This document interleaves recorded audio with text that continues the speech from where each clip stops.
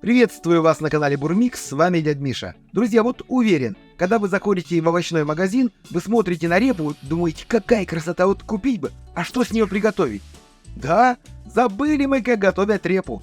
Сегодня я покажу самый простой рецепт. Просто репку пожарим. Как получится, что из этого выйдет, смотрите в выпуске. Поехали! Репу хорошенько моем, срезаем лишнее и чистим удобным для вас способом. Очень важно счистить всю кожуру, чтобы осталась светлая мякоть. Вот так. Затем репу нарезаем толстыми ломтиками, толщиной примерно 1 см. Лук нарезаем перьями. На плиту ставим воду, когда она закипит, добавляем соль и отгружаем туда нарезанную репу. Варим ровно 5 минут. Через 5 минут откидываем репу на дуршлаг, а на плиту ставим сковороду, растапливаем на ней топленое сливочное масло. Когда масло растопилось, выкладываем репу, желательно в один слой. Жарим репу на одной стороне минут 7-8. Затем переворачиваем и добавляем нарезанный лук. Минутки через 2 можно перемешать. Теперь добавляем соль, здесь уже действуйте по вкусу, я добавляю буквально пару щепоток.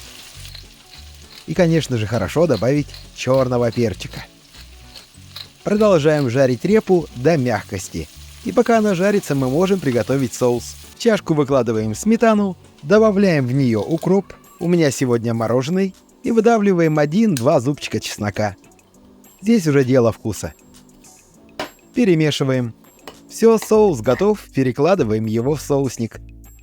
Пробуем репку. Репка мягкая, вкусная. Можно подавать. Выкладываем ее на тарелку. Такую репу можно использовать как гарнир, к мясу, к рыбе, к курице, а можно есть как самостоятельное блюдо, добавив к репе какие-нибудь маринованные или соленые овощи. Ну и, конечно, классно эту репку есть с соусом, который мы приготовили. Репка получается вкусной. Но, скажу вам одно, на картошку это, не похоже. Я бы сказал, что это больше похоже на картошку, на смесь картошки, тыквы и, как ни странно, кабачка. Вот такой вот микс.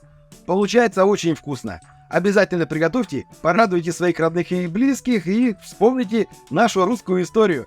А я пока с вами прощаюсь, до нового вкусного рецепта. Пока! Бурмикс.